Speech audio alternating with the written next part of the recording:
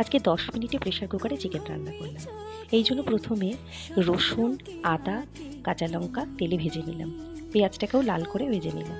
তারপরে সেই রসুন, আদা, কাঁচা লঙ্কা বাটা, টক দই, হলুদ গুঁড়ো, ধনে গুঁড়ো, নুন, লঙ্কার গুঁড়ো এবং ওই ভাজা পেঁয়াজ, কাঁচা সর্ষের তেল দিয়ে এবং কসুরি মেথি দিয়ে ভালো করে ম্যারিনেট করে রাখলাম আধ ঘন্টা।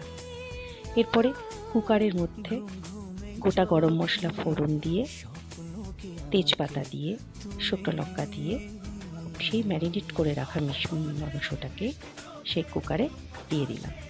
এর মধ্যে লাল করে আলুও ভেজে দিলাম। কুকারে সমস্ত মশলাগুলো দিয়ে মাংসটাকে ভালো করে কষিয়ে নিয়ে তার মধ্যে সে ভেজে রাখা আলুগুলো দিয়ে দিলাম। দিয়ে 5 মিনিট মতো কষিয়ে উষ্ণ জল দিয়ে গরম মশলা দিয়ে সিটি নামিয়ে নিলাম।